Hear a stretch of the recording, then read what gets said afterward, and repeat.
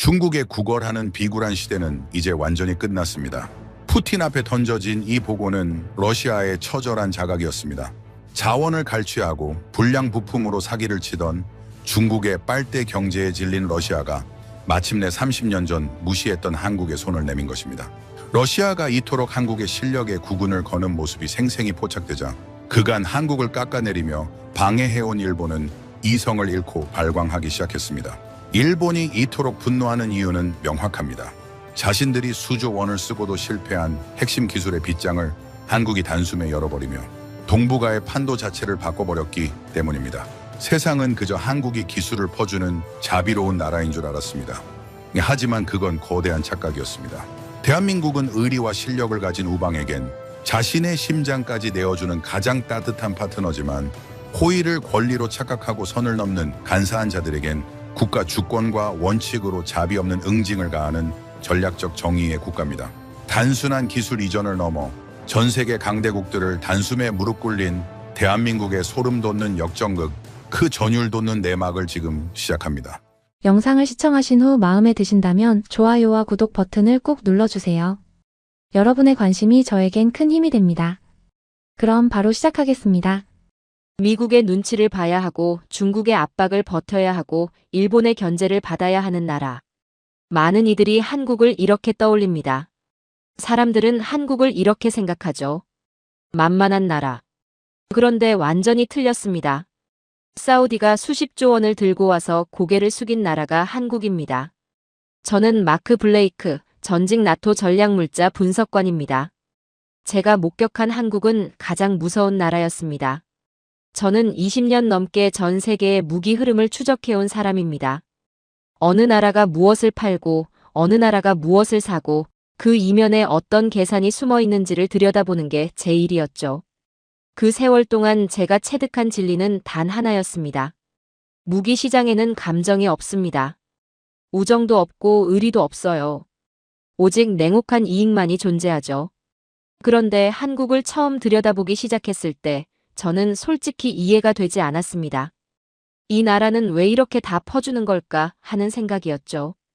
피땀 흘려 개발한 기술을 우방에 나눠주고 현지에 공장을 세워주고 일자리까지 만들어줍니다. 서방의 그 어떤 나라도 하지 않는 방식으로 손을 내밀고 있었어요. 처음엔 저도 속으로 생각했습니다. 이러다 이용당하는 거 아닌가 하고요. 그런데 한국은 그 의문에 대한 답을 아주 냉혹하고 명쾌하게 보여줬습니다. 한국은 퍼주는 나라가 아니었습니다. 선을 넘지 않는 자에겐 천사였지만 선을 넘는 순간엔 세상에서 가장 차가운 사자로 변하는 나라였죠. 그걸 깨닫는데 저는 꽤 오랜 시간이 걸렸습니다. 호르무즈 해협이 불타오르던 당시의 이야기입니다. 미국과 이란의 긴장이 극에 달하면서 중동 전역에 공포가 들불처럼 번져나갔고 사우디와 아랍에미리트 상공엔 이란의 드론과 정밀 미사일이 물밀듯 쏟아졌습니다. 수백억 달러를 쏟아부은 서방식 방어망이 하나둘 뚫리기 시작했고 왕궁의 불빛이 꺼질지도 모른다는 공포가 중동 전체를 짓눌렀죠.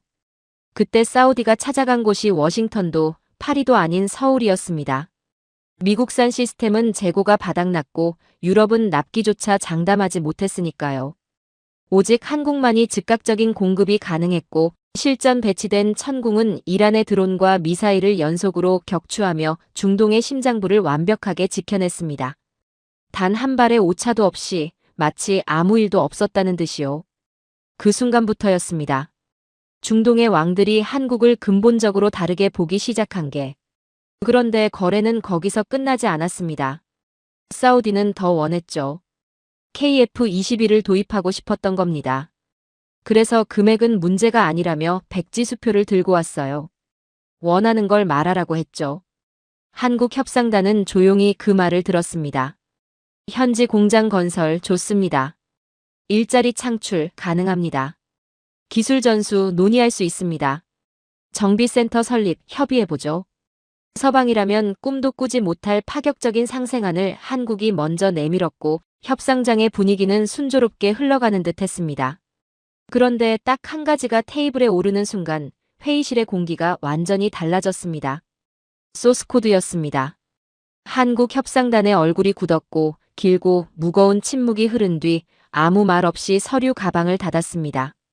거절이었습니다.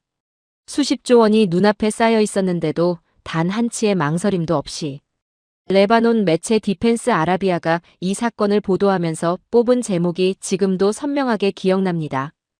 돈으로 모든 것을 살 수는 없다. 그 짧은 한 문장이 당시 전 세계 방산업계에 얼마나 거대한 파문을 일으켰는지 직접 그 현장에 있지 않은 분들은 상상하기 어려우실 겁니다. 그런데 저를 진짜로 충격에 빠뜨린 건 따로 있었습니다. 사우디가 똑같은 요구를 프랑스에도 했다는 사실이었죠. 라팔 전투기를 도입하던 협상 테이블에서였습니다. 그때도 소스 코드를 요구했다가 프랑스에게 단호하게 거절당했고 사우디는 군말 없이 물러섰습니다. 그런데 한국 앞에서는 달랐어요. 이미 한 번 거절당한 경험이 있으면서도 한국한테는 똑같은 요구를 다시 꺼내 들었으니까요. 이게 무슨 의미인지 아십니까? 한국을 만만하게 봤다는 겁니다. 자비롭고 친절하고 아낌없이 베푸는 나라니까 어떻게든 우겨볼 수 있다고 계산한 거죠. 프랑스 앞에서는 입도 뻥끗 못하던 자들이 한국 앞에선 당당하게 으름장을 놓은 겁니다. 그 오만한 착각이 얼마나 처절한 결과를 낳는지는 이후에 직접 보시게 될 겁니다. 소스 코드가 무엇인지 모르는 분들을 위해 제가 직접 설명해 드리겠습니다. 전투기의 소스 코드는 단순한 프로그램 파일이 아닙니다. 레이더가 어떻게 수백 킬로미터 밖의 적을 탐지하는지, 미사일이 어떻게 초음 속으로 표적을 추적하는지, 비행 제어 시스템이 어떻게 극한의 기동을 가능하게 하는지 그 모든 전쟁의 지능이 오롯이 담긴 두뇌가 바로 소스 코드입니다. 이걸 넘긴다는 건 전투기 한 대를 파는 게 아니에요. 그 나라가 수십 년간 피를 흘리며 쌓아올린 기술 생태계 전체를, 전쟁 수행 능력 전체를 고스란히 내어주는 겁니다. 더 무서운 건 따로 있습니다.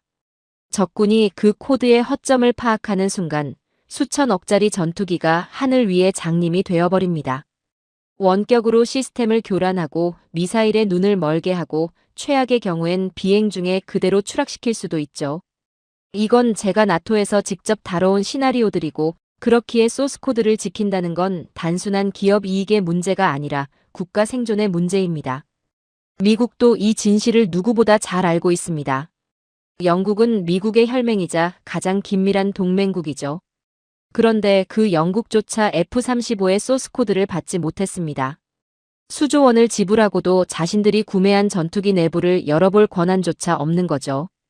미국의 허가 없이는 나사 하나 건드리지 못합니다. 이것이 기술 주권 없는 동맹의 처절한 현실이에요. 한국은 바로 그 굴욕의 역사를 KF-21로 끊어냈습니다. 30년의 피와 땀으로 일궈낸 독자 기술, 그 심장을 아무리 큰 돈 앞에서도 내어줄 이유가 없었던 거죠. 그리고 소스 코드를 지킴으로써 한국이 지키는 건 자신들의 이익만이 아닙니다. 향후 수십 년간 우방의 하늘을 완벽하게 책임지겠다는 가장 믿을 수 있는 파트너로서의 약속이기도 하죠. LI지넥스원과 한화에는 협상 원칙이 있습니다. 기술 주권을 건드리는 순간 수십조 원짜리 계약도 없던 일로 만든다는 원칙이죠. 이건 빈말이 아니었습니다. 실제로 그렇게 했으니까요. 그 배짱이 어디서 나왔겠습니까? 과거엔 선진국 기술자들의 눈치를 보며 하나씩 기술을 구걸해야 했던 나라이고 기술을 배우겠다고 고개를 숙이며 굴욕적인 조건도 감내해야 했던 역사가 있습니다. 그 서름을 뼛속까지 알기에 지금의 자존심이 이토록 단단한 거고 피로 얻은 것이라 더 소중하게 붙드는 겁니다. 한국이 그날 서류 가방을 닫으며 지킨 건 설계도 한 장이 아니었습니다. 한국의 미래였고 스스로 하늘을 지킬 수 있는 자유였으며 어느 나라에도 허리를 굽히지 않아도 되는 당당한 주권이었습니다. 이 사건 이후 전 세계 방산 시장의 기류가 완전히 달라졌습니다. 한국은 더 이상 친절하고 만만한 공급처가 아닙니다. 자기만의 원칙을 가진 그 원칙 앞에서 수십조 원도 거절할 수 있는 기술 주권국입니다. 돈이면 무엇이든 된다고 믿어온 자들이 처음으로 부딪힌 벽, 그 벽의 이름이 한국이었습니다. 그리고 그 벽은 앞으로 더 높아지면 높아졌지 결코 낮아지지 않을 겁니다. 한국은 세상에서 가장 너그러운 파트너입니다. 현지에 공장을 세워주고 일자리를 만들어주고 기술까지 나눠주죠. 그런데 그 너그러움을 약함으로 착각한 나라들이 있었습니다. 그 나라들이 어떻게 됐는지 지금부터 말씀드리겠습니다. 아프리카 이야기부터 시작하겠습니다. 한국은 아무런 전략적 이익도 없는 아프리카 최빈국들의 학교를 짓고 병원을 세우고 농업 기술을 전수합니다. 석유도 없고 군사적 요충지도 아니고 거대한 시장도 아닌 나라들에게 말이죠. 굶지 않게 하기 위해서, 지금보다 조금이라도 더 잘 살게 하기 위해서입니다. 미국은 원조를 줄 때 반드시 조건을 겁니다. 유럽은 도움을 줄 때 어김없이 계약서를 펼치죠. 그런데 한국은 계산서를 내밀지 않습니다. 1년이 지나도 5년이 지나도 10년이 지나도 그 자리를 묵묵히 지키죠. 기브앤테이크를 철칙으로 아는 서방의 눈에 한국의 이 방식은 순진해 보였을 겁니다. 아니, 어리석어 보였을 거예요. 그런데 한국을 오래 지켜본 저는 서서히 알게 됐습니다. 한국은 순진한 게 아니었습니다. 한국이 베푸는 방식에는 철학이 있었죠. 받을 자격이 있는 자에게는 아낌없이 줍니다. 하지만 그 선의를 배신으로 갚는 자에게는 이 세상 어떤 나라보다 차갑고 정교하게 돌아섭니다. 그 차가움이 얼마나 무서운 건지 인도와 인도네시아가 몸소 증명했습니다. 인도 이야기부터 하겠습니다. 인도는 세계 최고 수준의 잠수함이 필요했고, 그래서 한국의 대우조선해양을 찾아왔죠. 당시 사업 규모만 7조 원에 달하는 인도 잠수함 사업, 프로젝트 75I였습니다.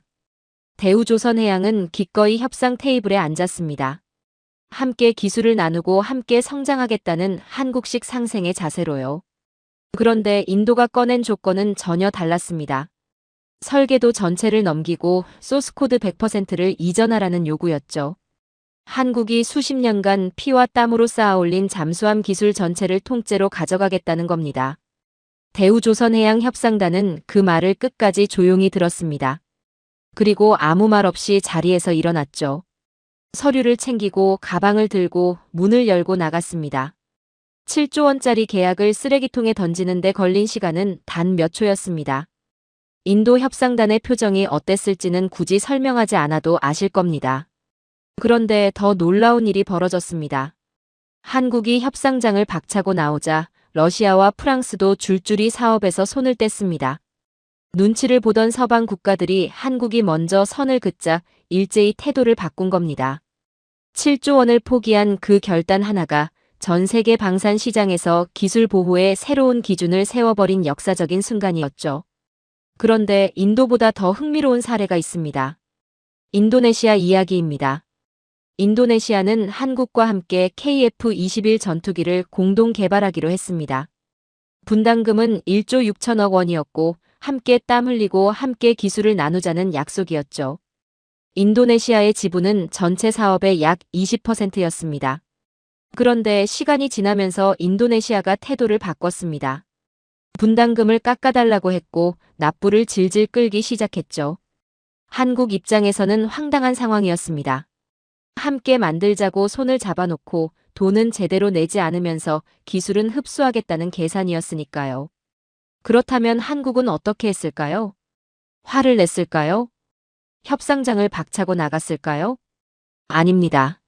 한국이 선택한 방식은 훨씬 더 정교하고 훨씬 더 무서운 것이었습니다. 한국은 인도네시아를 내치지 않았습니다. 대신 시제기 6대 중 딱 한 대를 인도네시아에 건넸습니다.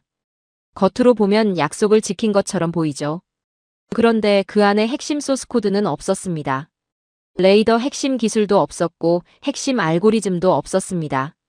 껍데기는 줬지만 심장은 단 한 번도 내어주지 않은 겁니다. 그 결과 인도네시아는 지금 아주 묘한 상황에 놓였습니다. 완전히 받은 것도 아니고 그렇다고 완전히 못 받은 것도 아닌 상태죠. 기뻐할 수도 없고 슬퍼할 수도 없는 겁니다. 참여국 지위는 유지했지만 핵심 기술에는 영원히 닿지 못하는 자리에 갇혀버렸죠. 판을 설계한 쪽과 판 위에 남겨진 쪽의 차이가 바로 이겁니다. 한국은 판을 설계했고 인도네시아는 그 판 위에 남겨진 겁니다. 이게 얼마나 무서운 전략인지 아십니까? 완전히 내쳐버리면 인도네시아는 다른 길을 찾겠죠. 러시아로 가거나 중국으로 가거나 유럽으로 가면 됩니다. 그런데 한국은 인도네시아를 딱 그 자리에 묶어뒀습니다. 빠지기엔 아깝고 계속 가기엔 주도권이 없는 자리예요. 결정권 없는 파트너로 만들어버린 겁니다. 이건 단순한 방산 거래가 아닙니다. 한국이 게임의 룰을 완전히 이해하고 있다는 신호였죠. LIG넥스원도 마찬가지였습니다. 천궁 협상 중에 상대방이 소스코드 공유를 압박해오자 협상 담당자는 단호하게 말했습니다. 이 조건으로는 계약할 수 없으며 협상 자체를 취소하겠다고요. 수천억 원짜리 계약이 눈앞에 있었는데도 주도권을 내어주지 않았죠. 이건 배짱이 아닙니다. 원칙입니다. 한국 방산이 수십 년간 지켜온 절대 타협하지 않는 원칙이에요. 필리핀도 한국의 냉정함을 뒤늦게 배웠습니다. 한국이 레이더 사업에서 파격적인 조건을 제시했을 때 필리핀은 그 손을 뿌리쳤습니다. 더 싸다는 이유로 성능이 검증되지 않은 타국 제품을 택했죠. 그리고 얼마 지나지 않아 성능 결함이 드러나며 전력 공백이 생겼습니다. 한국은 그 상황을 조용히 지켜봤습니다. 달려가서 구해주지 않았죠. 한국의 호의를 거절했을 때 어떤 결과가 기다리는지 필리핀은 그렇게 스스로 배웠습니다. 소스코드를 갖지 못한 나라가 겪는 현실을 아십니까? 무기를 사고 나서도 그 무기의 진짜 주인이 되지 못하죠. 한국의 승인 없이는 핵심 정비를 할 수 없고 업그레이드도 요청해야 하며 때로는 수리 한 번에 몇 달을 기다려야 합니다. 껍데기만 받은 나라들은 바로 그 현실을 살아가게 되죠. 한국과의 진정한 협력이 막힌 순간부터 그 무기는 서서히 경쟁력을 잃어갑니다. 이게 한국이 조용히 행사하는 가장 정교한 힘입니다. 아프리카의 가장 가난한 나라에 조건 없이 학교를 지어주는 나라가 선을 넘은 파트너에게만큼은 이토록 차갑습니다. 한국은 감정으로 움직이는 나라가 아닙니다. 철학으로 움직이는 나라죠. 베풀 때는 한없이 베풀지만 선을 넘는 순간 그 미소가 얼마나 차가운 냉소로 바뀌는지 인도와 인도네시아가 이미 몸으로 배웠습니다. 한국이 이 원칙을 세운 이후 전 세계 방산 구매국들의 태도가 눈에 띄게 달라졌습니다. 협상 테이블에서 무리한 요구를 꺼내는 나라가 급격히 줄었죠. 한국의 원칙이 전 세계 방산 시장의 새로운 규범이 된 겁니다. 한국의 미소는 아무에게나 허락되지 않습니다. 신뢰를 지키는 우방에게만 허락되는 특권이죠. 그 미소를 받은 나라는 세계 최고의 기술과 진심 어린 상생을 누립니다. 하지만 그 신뢰를 이용하려던 자들에게 한국이 남기는 건 딱 하나입니다. 기뻐할 수도 슬퍼할 수도 없는 애매한 자리. 그리고 영원히 닿지 못하는 심장뿐입니다. 배신한 자에게는 차갑고 신뢰한 자에게는 한없이 따뜻한 나라. 그게 한국입니다. 그렇다면 한국을 믿어준 나라는 어떤 보상을 받았을까요? 그 답이 가장 극적으로 드러난 곳이 있습니다. 유럽의 끝, 러시아와 국경을 맞댄 나라, 핀란드입니다. 핀란드는 한국의 무기를 선택했습니다. 그것도 20년 된 중고를요. 그리고 세상은 그 선택을 비웃었습니다. 유럽에는 독일제가 있고 프랑스제가 있고 수백억 원짜리 최신 자주포들이 즐비한데 하필이면 한국의 20년 된 고무를 골랐느냐는 겁니다. 핀란드는 대답하지 않았습니다. 대신 그 고무를 영하 40도의 지옥 속에 던져 넣었죠. 그리고 전 세계가 그 결과를 목격했습니다. 핀란드 북부 라플란드입니다. 나토가 인정한 지구상에서 가장 혹독한 훈련지 중 하나인 로바에르비 사격장이죠. 영하 40도를 넘나드는 이 땅에서는 최고급 강철도 유리처럼 깨집니다. 디지털 센서는 얼어붙고 유압장치는 굳어버리며 아무리 비싼 장비라도 이 혹한 앞에서는 그냥 고철 덩어리가 되어버리죠. 나토 회원국들이 자랑스럽게 내세운 독일의 PGH-2000이 이 훈련지에 투입됐습니다. 수백억 원짜리 최신 자주포였어요. 그런데 라플란드의 혹한은 가격표를 읽지 않았습니다. 센서가 결빙됐고 유압장치가 오류를 일으켰으며 나토 장군들은 패닉에 빠졌습니다. 유럽이 자랑하는 명품 무기가 눈보라 앞에 속절없이 멈춰 선 겁니다. 그때 K9이 등장했습니다. 한국 최전방에서 20년 가까이 험하게 굴러다닌 중고였습니다. 산악 지형을 누비고 혹한과 혹서를 반복하며 수천 발의 포탄을 쏟아낸 베테랑이었죠. 그 K9이 눈보라를 가르며 전진했습니다. 멈추지 않았어요. 가동률이 95%였습니다. 독일제가 멈춰선 바로 그 자리에서 20년 된 한국의 중고가 보란듯이 포신을 들어올린 겁니다. 그것은 단순한 사격이 아니었습니다. 한국 기술력의 포효였죠. 핀란드 현지 매체들이 경악했습니다. 정말 20년 된 중고가 맞느냐고 물었죠. 핀란드의 군수정비 파트너 밀로그가 K9을 정밀 분석했습니다. 그리고 내린 결론이 이것이었습니다. 한국의 K9은 이미 한국의 산악 지형과 극한 환경 속에서 모든 결함이 걸러진 완성된 괴물이었다는 것이었죠. 20년이라는 세월이 약점이 아니었습니다. 20년 동안 실전 환경에서 모든 취약점이 제거된 세상에서 가장 검증된 자주포였던 겁니다. 여기서 한 가지 더 짚고 넘어가야 할 게 있습니다. K9에는 한국만의 독특한 설계 철학이 담겨 있어요. 최첨단 디지털 장비가 전부 마비되더라도 망치와 스패너, 수동 핸들만으로 적을 타격할 수 있는 이중 안전 설계입니다. 전자장비가 얼어붙는 라플란드의 혹한에서 이 설계가 얼마나 빛을 발했을지는 굳이 설명하지 않아도 아실 겁니다. 독일제가 디지털 오류로 멈추는 동안 K9은 아날로그 백업으로 계속 싸웠습니다. 이게 한국이 무기를 만드는 방식이에요. 보여주기식이 아니라 실전에 최적화되어 있죠. 화려함보다 생존력, 첨단보다 신뢰성을 먼저 생각하는 방식이죠. 핀란드 국방부가 결단을 내렸습니다. 112문 추가 계약이었습니다. 기존 물량의 2배가 넘는 규모였죠. 핀란드 국방장관은 말했습니다. 이것은 가장 비용 효율적인, 아니 가장 확실하게 적을 섬멸할 유일한 선택이라고요. 그 도장이 찍히는 순간 유럽 방산 시장의 기류가 달라졌습니다. 유럽산 우선 구매를 원칙으로 하는 유럽 방산 기금의 장벽조차 성능과 신뢰 앞에서 무너진 겁니다. 그런데 이 이야기에는 단순한 무기 거래 이상의 깊이가 있습니다.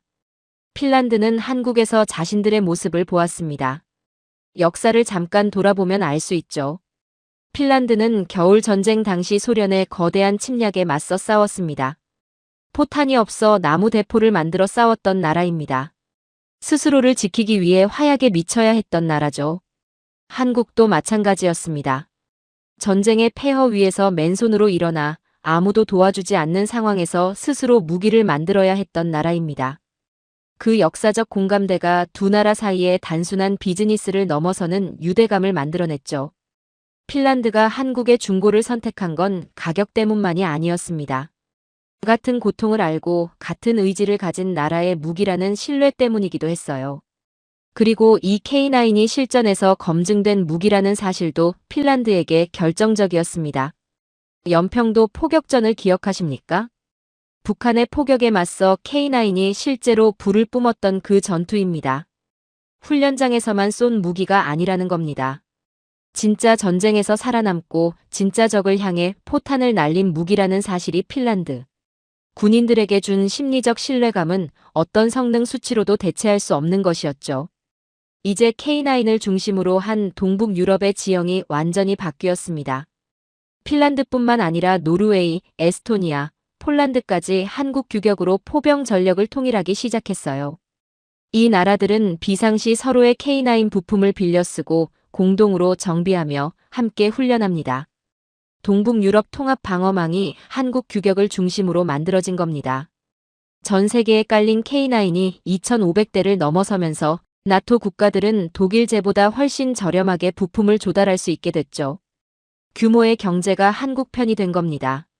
러시아 입장에서 이 상황이 어떻게 보이겠습니까? 핀란드와 러시아의 국경선은 1,340km에 달합니다. 그 국경 코앞의 지옥에서도 멈추지 않는 K9 200여 대가 배치됐습니다. 영하 40도에서도 가동률 95%를 기록하는 괴물들이 러시아 북방함대 바로 옆에 줄지어 서 있는 겁니다. 러시아가 느끼는 전략적 압박이 어느 정도인지는 굳이 말하지 않아도 아실 겁니다. 한국의 중고 자주포 하나가 유럽의 안보 지형을 바꿔버린 거죠. 배신한 자에게는 껍데기만 주고 심장은 영원히 가두는 나라. 그런데 신뢰한 자에게는 국가 안보의 심장을 통째로 내어주는 나라. 그게 한국입니다. 인도네시아가 분담금을 깎으려 발버둥 치는 동안 핀란드는 1조 원을 더 얹어서 도장을 찍었습니다. 인도네시아가 기뻐할 수도 슬퍼할 수도 없는 애매한 자리에 갇혀 있는 동안 핀란드는 누구도 무시할 수 없는 포병 전력을 손에 넣었죠. 의리를 지킨 자와 배신한 자의 차이가 이겁니다. 한국과 친구가 된다는 건 단순히 좋은 무기를 사는 게 아닙니다. 전쟁이 터졌을 때 가장 믿을 수 있는 방패를 갖는 것과 같죠. 그리고 그 방패는 영하 40도의 지옥에서도 절대 멈추지 않습니다.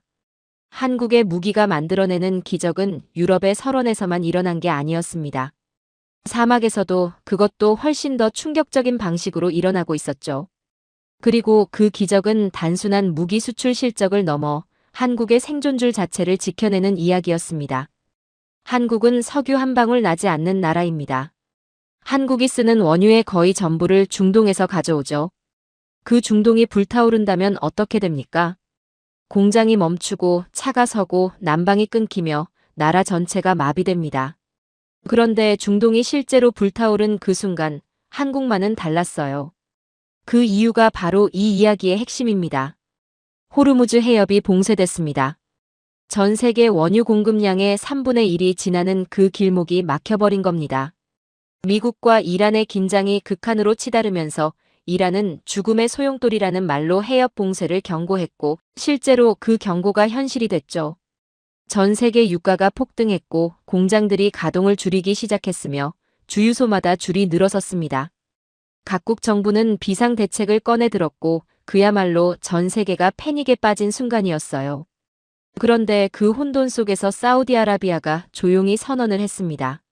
한국 선박에 대해 홍해루트 원유 선적 우선권을 보장하겠다는 공식 약속이었죠. 전 세계가 기름 한 방울에 아우성치는 상황에서 사우디가 한국 유조선부터 먼저 채우겠다고 한 겁니다. 중동 매체 LN 비즈니스는 이렇게 보도했습니다. 한국은 막힌 길을 뚫고 홍해를 통해 원유를 가져간다고요. 전 세계가 물었습니다.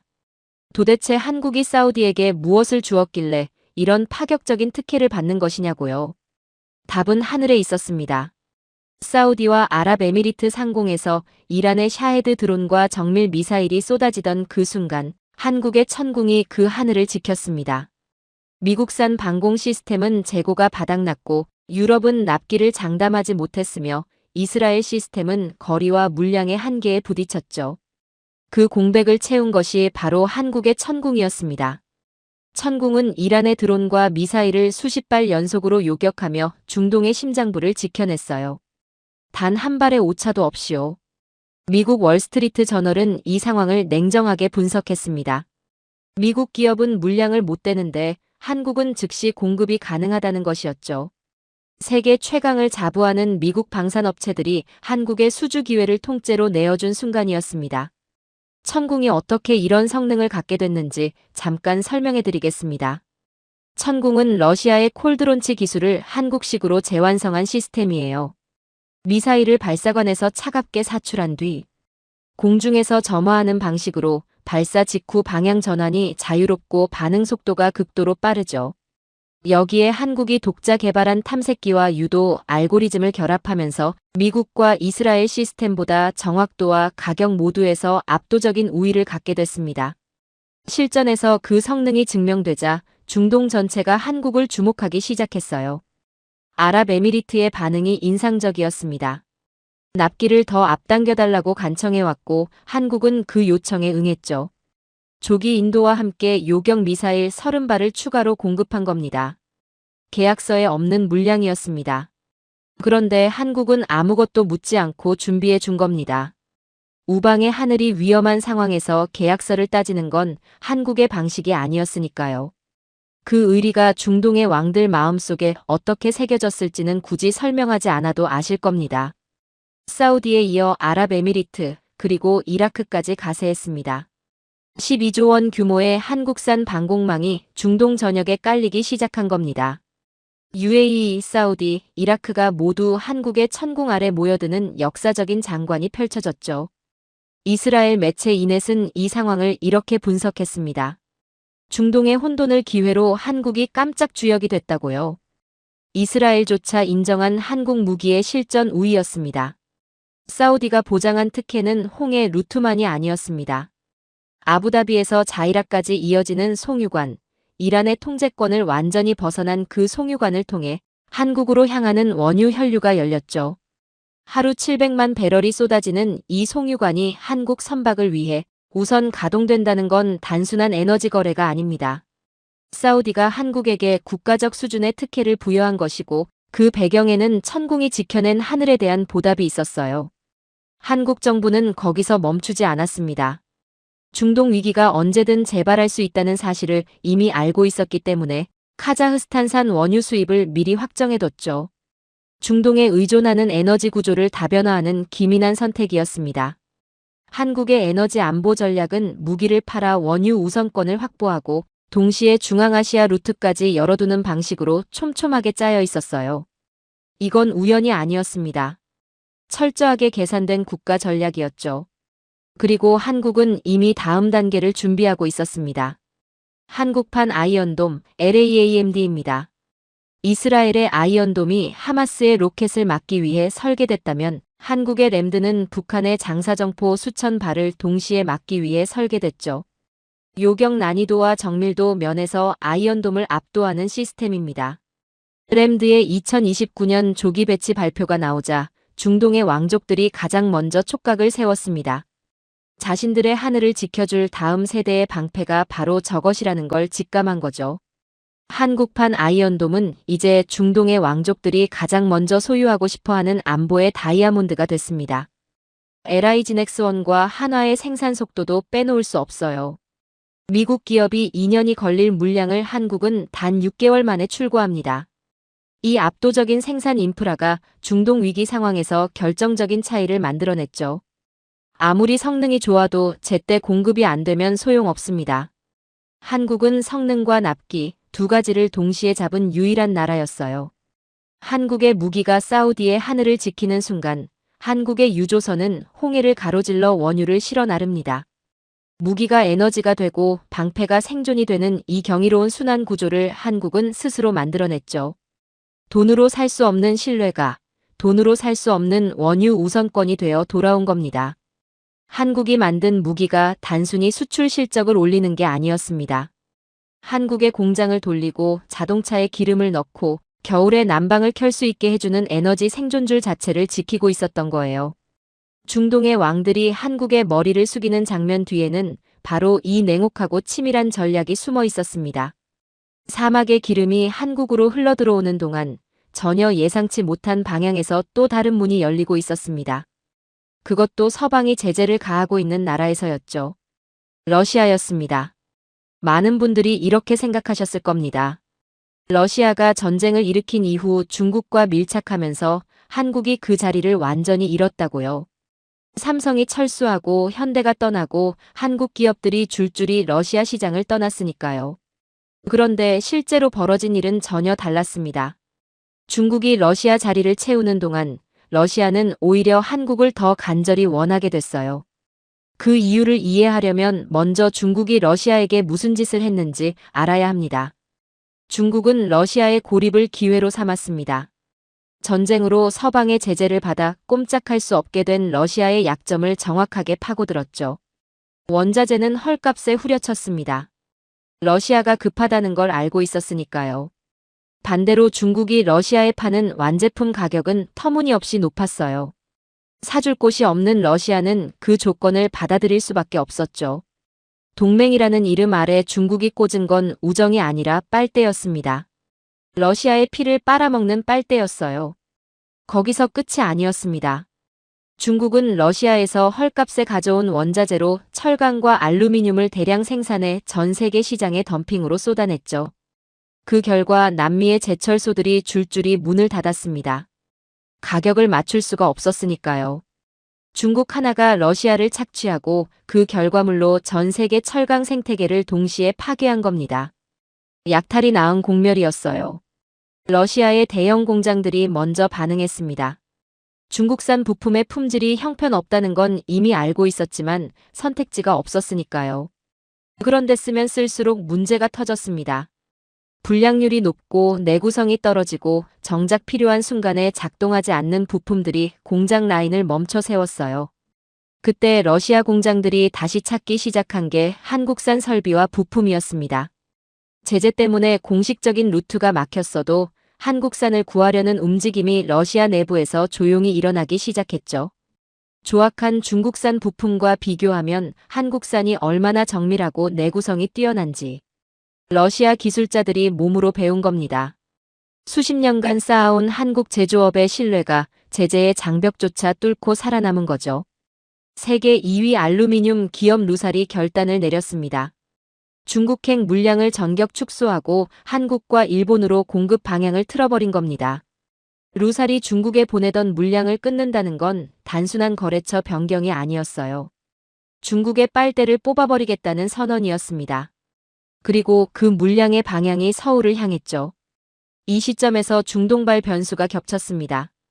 호르무즈 봉쇄로 중동산 알루미늄 공급이 세계 시장에서 9% 가까이 줄어들자 전 세계가 러시아산 알루미늄에 매달리기 시작한 겁니다. 공급이 귀해지자 러시아산의 가격 협상력이 올라갔고 루살은 비로소 을의 자리에서 갑의 자리로 올라섰어요. 그 갑의 자리에서 루살이 선택한 파트너가 한국이었습니다. 일본의 모습이 그 대비를 더욱 극명하게 보여줬죠. 일본 구매자들은 러시아산 알루미늄을 확보하기 위해 톤당 350달러의 프리미엄을 얹어줬습니다. 11년 만에 최고치였어요. 자존심이고 뭐고 없었습니다. 물량을 확보하는 게 급선무였으니까요. 한국은 달랐습니다. 루살이 먼저 한국을 찾아왔으니까요. 구걸하지 않아도 됐죠. 이 장면 하나가 국제자원시장에서 한국의 위상이 어느 수준인지를 가장 선명하게 보여줬습니다. 그런데 러시아가 한국을 원하는 이유는 알루미늄만이 아니었습니다. 훨씬 더 근본적인 이유가 있었죠. 바로 쇠빙 LNG선 기술입니다. 러시아는 북극해 아래 잠든 거대한 천연가스 자원을 갖고 있어요. 그런데 그 자원을 실어 나르려면 영하 수십 도의 북극 바다를 뚫고 달릴 수 있는 특수 선박이 필요합니다. 세계에서 그 배를 제대로 만들 수 있는 나라가 몇 되지 않아요. 그리고 한국은 그 분야에서 독보적인 세계 1위입니다. 중국이 아무리 조선업에 뛰어들어도 쇠빙 LNG선의 정밀한 기술력과 신뢰성에서는 한국을 절대 따라올 수 없죠. 영하 60도에서도 선체가 버텨야 하고 두꺼운 빙판을 가르며 나아가면서도 화물을 안전하게 지켜야 합니다. 그 기술을 가진 나라는 세상에 손에 꼽히고 그 손가락 중 가장 굵은 게 한국이에요. 러시아의 천연가스와 한국의 쇠빙선 기술이 맞물리는 이 구조는 누구도 쉽게 대체할 수 없는 기술과 자원의 동맹이었습니다. 러시아가 북극 항로의 핵심 파트너로 한국을 점찍은 건 그래서였죠. 중국을 배제하고 한국과 함께 극동 지역을 개발하겠다는 러시아 내부의 움직임이 조용하지만 분명하게 일어나고 있었습니다. 여기서 흥미로운 변수가 하나 더 있습니다. 미국의 태도였어요. 서방의 테러 제재를 주도하는 미국이 일부 원자재 거래에 대해서는 눈을 감아줬습니다. 전략적 묵인이었죠. 한국과 러시아 사이의 자원 통로가 열리는 걸 미국이 어느 정도 허용한 겁니다. 왜였을까요? 중국이 러시아 자원을 독식하는 것보다 한국이 그 통로를 갖는 편이 미국 입장에서도 훨씬 유리했기 때문이에요. 한국은 미국의 동맹국이고 한국을 통해 흘러가는 자원은 중국을 통해 흘러가는 자원과 성격이 완전히 다르니까요. 이 복잡한 셈법 속에서 한국은 아무도 예상하지 못한 통로를 조용히 확보한 겁니다. 그리고 한국이 그 통로를 확보할 수 있었던 데는 30년의 신뢰가 있었습니다. 삼성과 현대가 러시아 시장에서 철수한 지 수년이 지났어요. 그 빈자리에 중국 브랜드들이 들어왔습니다.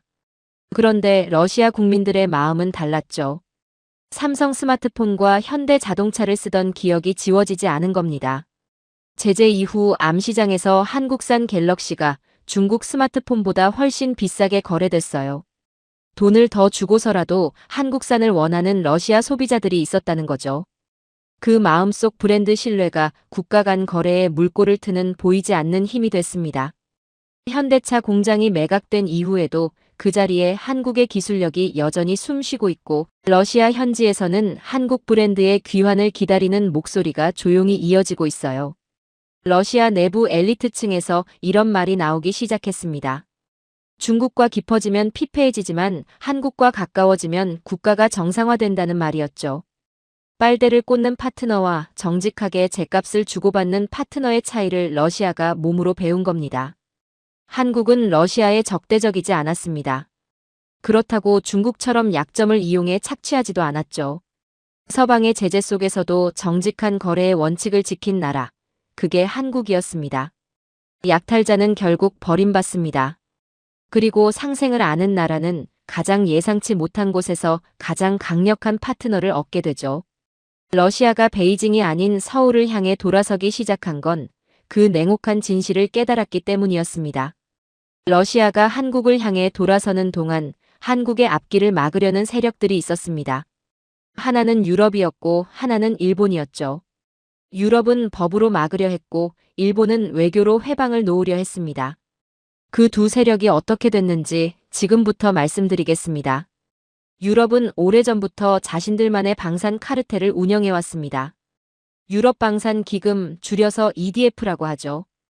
이 기금의 핵심 원칙이 바이 유로피언, 즉 유럽산 우선 구매입니다. 역외 국가, 쉽게 말해 유럽 바깥의 나라가 만든 무기는 아무리 성능이 뛰어나도 구매를 제한하겠다는 거죠. 노골적인 보호무역이었습니다. 한국을 겨냥한 장벽이기도 했어요. 유럽은 이 장벽으로 한국 방산의 유럽 진출을 막을 수 있다고 믿었습니다. 그런데 한 가지를 놓쳤습니다. 전쟁이 코앞에 닥쳤을 때 군인들은 규정집을 읽지 않는다는 사실을요. 핀란드가 먼저 움직였습니다. 유럽산 우선 구매 원칙이 버젓이 살아있는 상황에서 핀란드 국방부는 K9 112문 추가 계약에 도장을 찍었습니다. 유럽 관료들이 펄쩍 뛰었지만 소용없었죠. 러시아와 1340km 국경을 맞댄 나라에게 유럽산 우선 구매 원칙은 목숨보다 중요한 게 아니었으니까요. 핀란드의 결단이 도화선이 됐습니다. 노르웨이가 뒤따랐고 에스토니아가 합류했습니다. 북유럽 강소국들이 하나둘 K9으로 포병 전력을 통일하기 시작했어요. 유럽 방산 기금의 장벽이 내부에서 무너지기 시작한 겁니다. 규제는 종이 한 장에 불과했습니다. 적의 포탄은 그 종이를 읽어주지 않으니까요. 여기에는 기술적인 이유도 있었습니다. 한국 무기는 나토 규격과 100% 호환됩니다. K9과 천문은 미국산 시스템과 데이터 링크 16을 완벽하게 공유하죠. 연합훈련에서 한국 무기를 쓰는 나라들은 미군, 영국군, 독일군과 실시간으로 전장 정보를 나눌 수 있습니다. 언제든 가져다 써도 즉시 전력이 되는 무기라는 인식이 나토 전체에 퍼졌어요. 나토의 표준이 서울에서 만들어지고 있다는 말이 결코 과장이 아닌 겁니다. 독일의 굴욕도 빼놓을 수 없습니다. 폴란드가 K2 전차와 K9 자주포를 대규모로 도입하기로 결정했을 때 독일은 충격을 받았죠. 폴란드는 원래 독일 방산의 전통적인 고객이었으니까요. 그런데 독일이 스스로 그 고객을 잃었습니다. 신규 생산 계약 하나에 2년이 걸리는 관료주의적 생산 시스템 때문이었어요. 폴란드가 긴급하게 전력 증강이 필요한 상황에서 독일은 납기를 5년 뒤로 제시했습니다. 한국은 달랐죠. 주문이 들어오면 즉시 철판을 자르고 용접기를 돌리고 도장을 찍습니다. 폴란드 국방장관은 말했습니다. 독일제를 기다리다 나라를 잃느니 한국제를 사서 나라를 지키겠다고요. 그 한마디가 유럽 방산 시장의 판도를 바꿔버렸습니다. 다연장 로켓 시장에서도 같은 일이 벌어졌습니다. 독일과 프랑스가 한국의 천무에 대항하기 위해 급하게 손잡고 만든 게 유로펄스였습니다. 유럽의 두 방산 강국이 힘을 합쳤으니 한국을 이길 수 있을 거라 생각했겠죠. 그런데 결과는 참담했습니다. 성능에서 천무에 밀렸고 납기에서도 밀렸으며 가격에서도 경쟁이 안 됐어요. 나토 시장의 주도권을 한국에 완전히 내어준 겁니다. 유럽이 자존심을 걸고 덤볐다가 오히려 한국의 실력을 전 세계에 광고해준 꼴이 됐죠. 루마니아와 폴란드의 선택이 그 결과를 가장 잘 보여줍니다. 동유럽 국가들은 베를린이나 파리보다 서울을 더 신뢰하기 시작했습니다. 약속을 지키는 파트너는 오직 한국뿐이라는 말이 동유럽 국방부 안에서 공공연하게 나돌았어요. 계약서에 적힌 날짜에 정확하게 무기가 도착하고 약속한 성능이 그대로 구현되는 나라. 그게 한국이었습니다. 유럽 방산 카르텔이 내부에서 흔들리기 시작한 건 한국이 규제를 깬 게 아니었어요. 유럽 국가들 스스로가 그 규제를 깨기 시작한 겁니다. 이제 일본 이야기를 해야겠습니다. 일본은 한국 방산의 부상을 가장 두려워하는 나라 중 하나입니다. 특히 함정 수출 시장에서 한국과 정면으로 충돌하고 있죠. 일본이 선택한 방법은 실력이 아니었습니다. 외교였어요. 호주와 뉴질랜드의 호위함을 급파했습니다. 한국이 그 시장에 진출하지 못하도록 미리 선점하겠다는 계산이었죠. 해외 훈련 참가도 늘렸습니다. 자국 함정의 성능을 과시하기 위해서였어요. 그런데 문제가 있었습니다. 일본 방산에는 실전 기록이 없습니다. 단 한 번도 진짜 전쟁에서 검증된 적이 없는 무기들이에요. 호주 해군이 일본 호위함을 평가했을 때 지적한 것도 바로 그 부분이었습니다. 화려한 스펙시트는 있지만 실전에서 어떻게 작동하는지 아무도 모른다는 것이었죠. 한국은 달랐습니다. 연평도 포격전에서 실제로 싸웠고 중동 하늘에서 실제로 미사일을 요격했으며 영하 40도의 혹한에서 실제로 포탄을 날렸습니다. 실전 데이터가 쌓인 나라와 그렇지 않은 나라의 차이는 어떤 외교적 노력으로도 메울 수 없었죠. 일본 방산이 글로벌 시장에서 고립되어 가는 건 그래서입니다. 세계 어디서도 팔리지 않는 무기가 됐어요. 기술적 갈라파고스화라는 말이 나올 만합니다. 캐나다 잠수함 사업은 일본의 방해 공작이 얼마나 무력한지를 가장 선명하게 보여준 사례였습니다. 한국은 기업의 기술력만 들고 간 게 아니었어요. 정부가 직접 나섰습니다.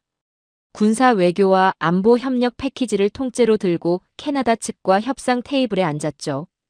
단순히 잠수함을 파는 게 아니라 국가 대 국가의 안보 동맹을 제안한 겁니다. 기업과 정부가 완벽한 원팀을 이뤄 움직이는 한국의 방식 앞에서 일본의 외교적 회방은 힘을 쓰지 못했습니다. 이제 한국 무기를 쓰는 나라들이 모이기 시작했습니다. 핀란드, 노르웨이, 에스토니아, 폴란드, 루마니아가 공동 정비와 부품 공유를 논의하는 자리를 만들었죠. 나토 유저 클럽의 탄생이었습니다. 한국 무기를 가진 나라들이 서로 뭉치면서 유럽 방산 카르텔을 내부에서 조용히 해체하기 시작한 겁니다. 한국은 규제로 상대를 막지 않았습니다. 압도적인 성능과 철저한 약속 이행으로 상대가 스스로 그 규제를 깨게 만들었어요.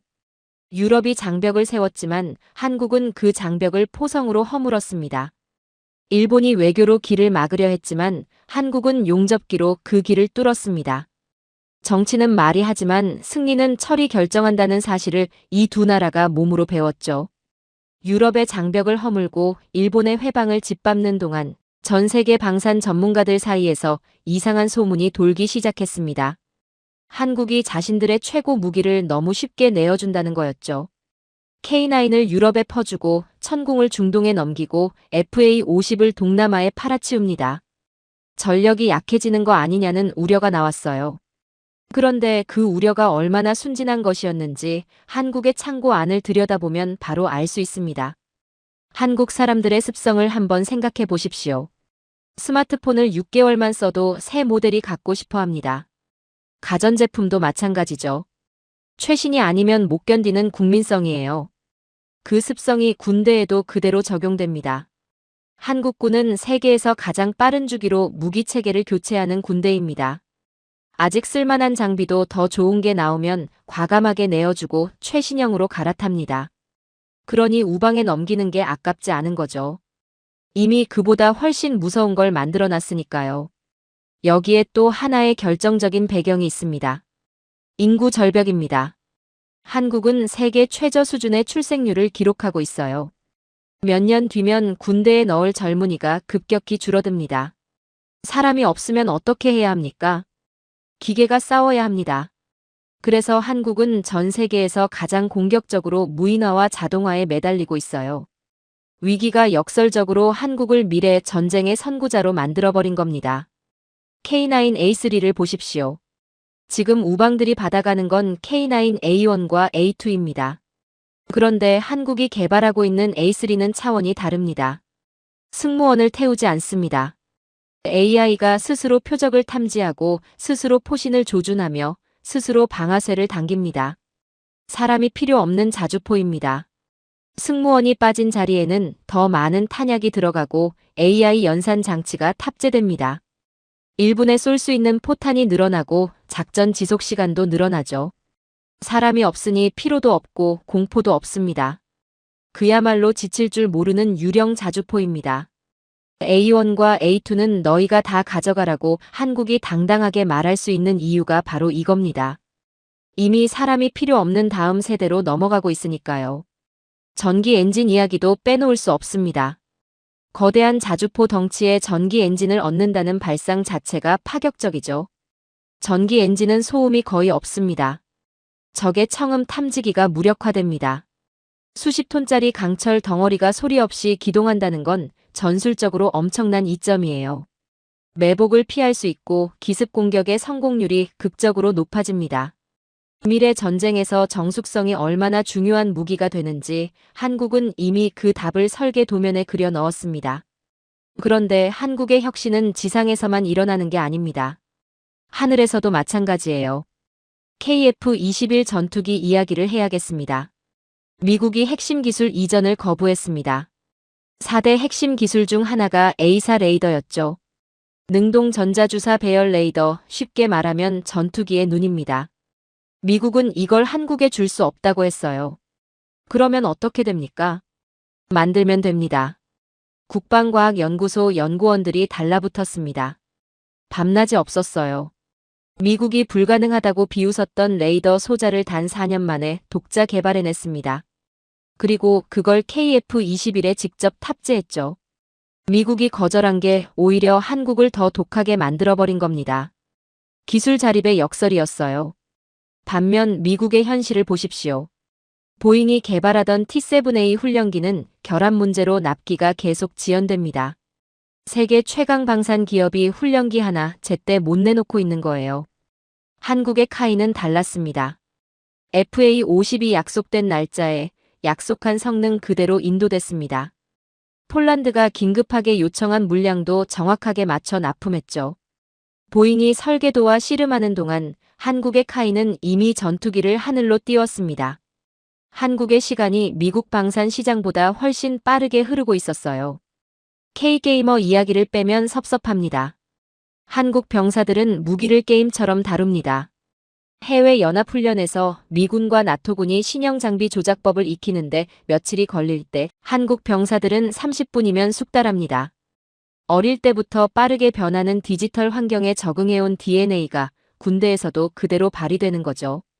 신형 무기를 도입해도 즉시 전력화가 가능한 나라, 그게 한국입니다.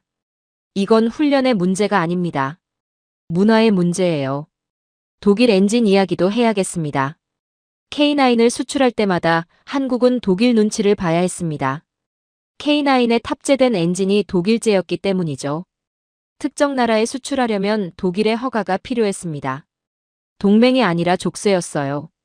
한국이 그 족쇄를 끊었습니다. 1500마력급 국산 엔진 개발에 성공한 겁니다. 이제 어느 나라에 수출하든 독일의 눈치를 볼 필요가 없습니다. 수출 결정권이 완전히 한국의 손으로 넘어온 거죠. 그리고 이 국산 엔진은 단순히 K9만을 위한 게 아닙니다. 미군을 겨냥한 차륜형 자주포 MH 모델에도 적용됩니다. 미군의 스트라이커 부대가 필요로 하는 차륜형 자주포, 빠른 기동성과 자동 방열 시스템을 동시에 갖춘 그 무기를 한국이 정조준하고 있어요. 미국 시장을 향해 한국이 조용히 포신을 들이대고 있는 겁니다. 하늘의 무인화도 진행 중입니다.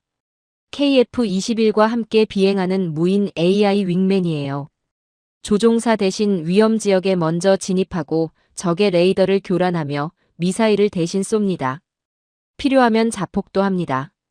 사람의 목숨을 아끼면서 전투 효율을 극대화하는 방식이죠. 이건 먼 미래의 이야기가 아닙니다. 지금 한국이 실제로 개발하고 있는 기술입니다. 그리고 한국의 생산 라인은 평시에도 멈추지 않습니다. 365일 풀가동입니다. 전 세계 어느 나라도 평시에 이런 속도로 무기를 찍어내지 않아요. 마르지 않는 탄창처럼 쏟아내는 이 생산 능력이 한국 방산의 가장 무서운 경쟁력 중 하나입니다. 우방에게 구형을 넘기면 그 판매 대금으로 더 최신형을 생산합니다. 팔수록 전력이 강해지는 선순환 구조예요. 수출이 곧 국방 강화인 나라, 그게 한국입니다. 한국은 말합니다. 사람이 타는 무기는 우방이 가져가라고요. 우리는 이제 사람이 필요 없는 전쟁으로 가고 있다고요. 이건 오만이 아닙니다. 이미 그 미래를 설계하고 있는 나라의 냉정한 선언입니다. 우방에게는 검증된 최고의 무기를 주고 자신들은 더 무서운 미래로 조용히 도망가는 나라. 한국은 지금 전 세계 전쟁의 문법을 다시 쓰고 있습니다. 사람 없는 전쟁으로 도망가는 동안 뒤에서 무슨 일이 벌어지고 있는지 한번 돌아봐야겠습니다. 배신한 자들은 지금 어디에 있고 신뢰한 자들은 무엇을 누리고 있는지요. 그리고 한국은 지금 어디에 서 있는지를요. 인도네시아부터 다시 한번 보도록 하죠. 분담금을 깎으려 했고 기술은 최대한 빼내려 했던 나라입니다. 그 결과 껍데기만 받았고 심장은 영원히 갖지 못하게 됐죠. 그런데 시간이 지날수록 그 선택의 대가가 얼마나 처절한지 드러나고 있습니다. 핵심 소스코드 없이 전투기를 운용한다는 건 열쇠 없이 자동차를 갖고 있는 것과 같습니다. 밖에서는 번쩍번쩍 빛나 보이지만 정작 제대로 쓸 수가 없는 거죠. 업그레이드가 필요하면 한국에 요청해야 하고 정비가 필요해도 한국의 승인이 있어야 합니다. 주도권 없는 파트너의 비참함을 인도네시아는 지금 몸으로 배우고 있어요. 뒤늦게 손을 내밀어봤자 한국의 대답은 변함이 없습니다. 원칙대로 하라는 것이죠. 신뢰는 한번 깨지면 끝입니다. 그리고 한국은 그 원칙을 감정 없이 지킵니다. 일본은 어떻습니까? 호주에 호위함을 보내고 뉴질랜드에 함정을 띄우며 한국의 앞길을 막으려 했던 나라입니다. 그 노력의 결과가 어떻게 됐는지 아십니까? 전 세계 방산 시장에서 일본이 수출한 함정은 단 한 척도 없습니다. 실전 기록이 전무한 무기를 외교로 팔려 했지만 전쟁이 실제로 벌어지는 세상에서 그런 무기를 살 나라는 없었죠. 기술적 갈라파고스화라는 말이 일본 방산을 정확하게 설명합니다. 자국 규격에 갇혀 세계와 단절된 채 화려한 스펙시트만 들고 시장을 기웃거리는 신세가 됐어요. 일본이 외교로 구걸할 때 한국은 용접기로 세계를 정복했습니다. 실전 기록이 없는 무기는 결국 값비싼 장난감일 뿐이에요. 반면 한국을 믿은 나라들이 누리는 현실을 보십시오. 폴란드는 지금 유럽에서 가장 강력한 지상군 화력을 보유한 나라 중 하나가 됐습니다. K2 전차와 K9 자주포로 무장한 폴란드군은 러시아 국경 앞에서 당당히 서 있어요. 핀란드는 영하 40도의 혹한에서도 멈추지 않는 K9으로 1340km 국경을 지키고 있죠. 루마니아는 한국산 무기 도입 이후 나토 내에서 발언권이 눈에 띄게 커졌습니다. 이 나라들이 모여 나토 유저 클럽을 형성하면서 유럽연합 내에서 한국의 목소리를 대변하는 친한파 카르텔이 됐어요. 유럽 국가가 아님에도 불구하고 나토의 무기 규격과 전략을 결정하는 회의에서 한국의 영향력이 커지고 있는 건 바로 이 나라들이 뒤에서 한국의 편을 들어주기 때문입니다. 동남아시아의 판도도 바뀌고 있습니다. 오랫동안 러시아제 무기에 의존해온 베트남과 필리핀이 한국산으로 전격 교체를 시작했어요. 러시아의 우크라이나 침공 이후 러시아제 무기의 신뢰성에 의문이 생겼고 그 공백을 한국이 채우기 시작한 겁니다. 한국산 무기가 동남아시아를 감싸기 시작하면서 중국을 압박하는 K-안보 벨트가 만들어지고 있죠. 중국 입장에서는 이 상황이 상당히 불편합니다. 자국 인접 해역에 한국제 무기로 무장한 나라들이 늘어나고 있으니까요. 미국 본토에서도 한국 무기가 화제입니다. 유타주 시험장에서 K9의 사격 정밀도를 직접 확인한 미군 장성들이 입을 다물지 못했다는 이야기가 전해집니다. 미군 스트라이커 부대가 필요로 하는 차륜형 자주포 시장, 그 거대한 미국 시장을 한국이 정조준하고 있어요. 세계 최강 미군조차 한국의 자주포 기술을 탐내고 있다는 사실이 어떤 의미인지 아십니까? 30년 전 한국이 미국의 기술을 구걸하던 시대를 생각하면 이건 그냥 기적이 아닙니다. 역사의 역전이에요. 그 역전의 상징이 바로 30년의 진화입니다. F-16 조립부터 시작했습니다. 설계는 미국이 하고 한국은 부품을 끼워 맞추는 역할이었죠. 그 굴욕을 기억하는 엔지니어들이 밤낮을 잊고 달라붙었습니다. 그리고 지금 한국은 전 세계 무기 체계의 표준을 스스로 설계하고 타국에 라이선스를 주는 나라가 됐습니다. 갑의 자리에 오른 겁니다. 기술을 구걸하던 나라가 기술을 설계하는 나라가 되기까지 30년이 걸렸어요. 그 30년이 얼마나 치열했는지는 지금 전 세계에 깔린 한국 무기들이 말없이 증명하고 있습니다. 방산 4대 강국 진입도 이제 현실이 됐습니다. 프랑스와 독일을 제치고 전 세계 수출 점유율에서 한국이 차지하는 비중이 급격히 커지고 있어요. 유럽의 앞마당까지 장악한 한국 제조공학의 승리입니다. 단순히 무기를 많이 판다는 게 아닙니다. 세계가 한국 무기의 규격을 표준으로 받아들이기 시작했다는 거죠. 나토의 표준이 서울에서 만들어지고 있습니다. 그리고 한국이 파는 건 무기만이 아닙니다. 전 세계에 깔린 한국 무기를 정비하는 MRO, 유지보수 기지들이 각국에 세워지고 있어요. 한국 엔지니어들이 현지에 상주하며 실시간으로 업그레이드를 지원합니다. 무기를 팔고 끝이 아니라 그 무기가 작동하는 한 한국의 기술자가 함께하는 구조입니다. 이 MRO 네트워크가 전 세계 보급망을 장악하기 시작했어요. 무기를 산 나라들이 한국에 의존할 수밖에 없는 구조가 자연스럽게 만들어지는 겁니다. 자주국방의 완성도 빼놓을 수 없습니다. 과거 한국은 미사일 하나를 달기 위해 미국의 승인을 기다렸습니다. 엔진 하나를 수출하려면 독일 눈치를 봤어요. 기술 하나를 얻으려면 고개를 숙였죠. 그 시대가 끝났습니다. 이제 한국은 누구의 허락도 없이 스스로 설계하고 스스로 생산하며 스스로 수출을 결정합니다. 완전한 기술 주권을 쟁취한 겁니다. 누구의 간섭도 받지 않고 적을 타격할 수 있는 자유, 그 자유를 한국이 마침내 손에 넣었어요. 그리고 이 모든 것이 완벽한 하나의 그림을 만들어냅니다. 사우디의 원유가 한국으로 흐르고 폴란드의 국경이 한국 무기로 지켜지며 중동의 하늘이 한국 미사일로 방어됩니다. 베트남과 필리핀이 한국의 울타리 안으로 들어오고 러시아가 한국을 향해 돌아서며 미군이 한국의 자주포를 탐냅니다. 의리와 실리가 완벽하게 조화를 이루는 이 구도를 만들어낸 나라가 한국입니다. 마지막으로 한 가지만 말씀드리겠습니다. 한국의 호의를 권리로 착각하지 마십시오. 한국은 아프리카의 가난한 나라에 조건 없이 학교를 지어주는 나라입니다. 우방의 하늘이 위험하면 계약서에 없는 미사일도 그냥 보내주는 나라예요. 그런데 그 선의를 배신으로 갚는 순간 한국은 세상에서 가장 차가운 호랑이로 변합니다. 배신자들은 문 밖에서 눈물을 흘리며 후회하고 있지만 기차는 이미 떠났습니다. 한국은 그들이 상상도 할 수 없는 미래로 이미 떠났으니까요. 저는 20년 넘게 전 세계 무기 흐름을 추적해온 나토 출신 분석관이죠. 그 20년 동안 수많은 나라의 흥망을 지켜봤습니다. 그런데 한국처럼 이토록 짧은 시간에 이토록 극적으로 세계의 중심으로 올라선 나라는 단 한 번도 본 적이 없습니다. 평화를 원한다면 서울의 원칙을 따르십시오. 그것이 지금 이 세상에서 당신의 나라를 지키는 가장 확실한 길입니다. 오늘의 사연은 여기까지입니다. 돈으로 살 수 없는 것이 있습니다. 30년 동안 밤을 지새우며 쌓아올린 기술, 수십조 원을 눈앞에 두고도 흔들리지 않은 원칙, 그리고 그 원칙이 전 세계를 움직이기 시작한 순간입니다. 중동의 왕이 머리를 숙이고 유럽의 장군이 줄을 서며 세계 최강 미군이 탐내는 무기를 만드는 나라가 됐습니다. 누군가는 이것을 기적이라 부르겠지만 대한민국은 알고 있습니다. 기적이 아니라 포기하지 않은 결과라는 것을요. 긴 사연 끝까지 들어주셔서 감사합니다. 내일은 더 좋은 영상으로 찾아오겠습니다.